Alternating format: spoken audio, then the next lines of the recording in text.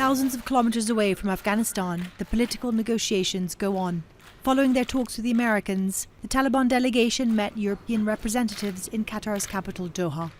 Afghanistan on the agenda too at this virtual G20 meeting.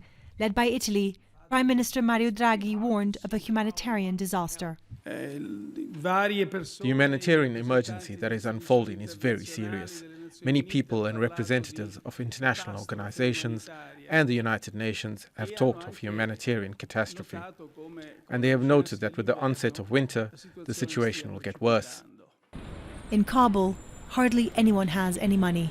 Since the arrival of the Islamic Emirates, I believe that all our colleagues have been unemployed. Meanwhile, our salaries have not been paid by the government. Therefore, my request to the government of the Islamic Emirate of Afghanistan is to pay us our salaries first, because the people live in poverty.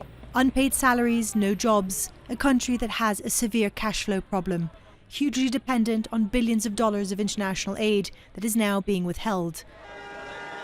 And there's a growing security problem too, with ISIL in Afghanistan increasing its attacks. We met the man in charge of Kabul security. He says the Taliban is more than capable of handling the ISIL threat. If ISIL is a threat to Afghanistan, it will also be a threat to the neighboring countries.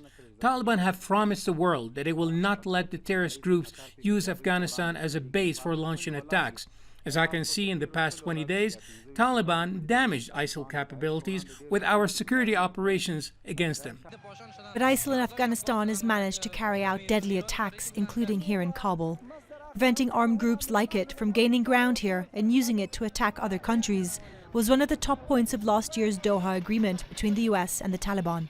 Despite engaging in dialogue with the Taliban, the international community has made it very clear that this does not mean an official recognition of the Taliban as Afghanistan's government. That's dependent on things like an all-inclusive government and protecting the rights of women. And as that back and forth continues, billions of much-needed dollars are being withheld abroad, and that's having a devastating impact on the people here.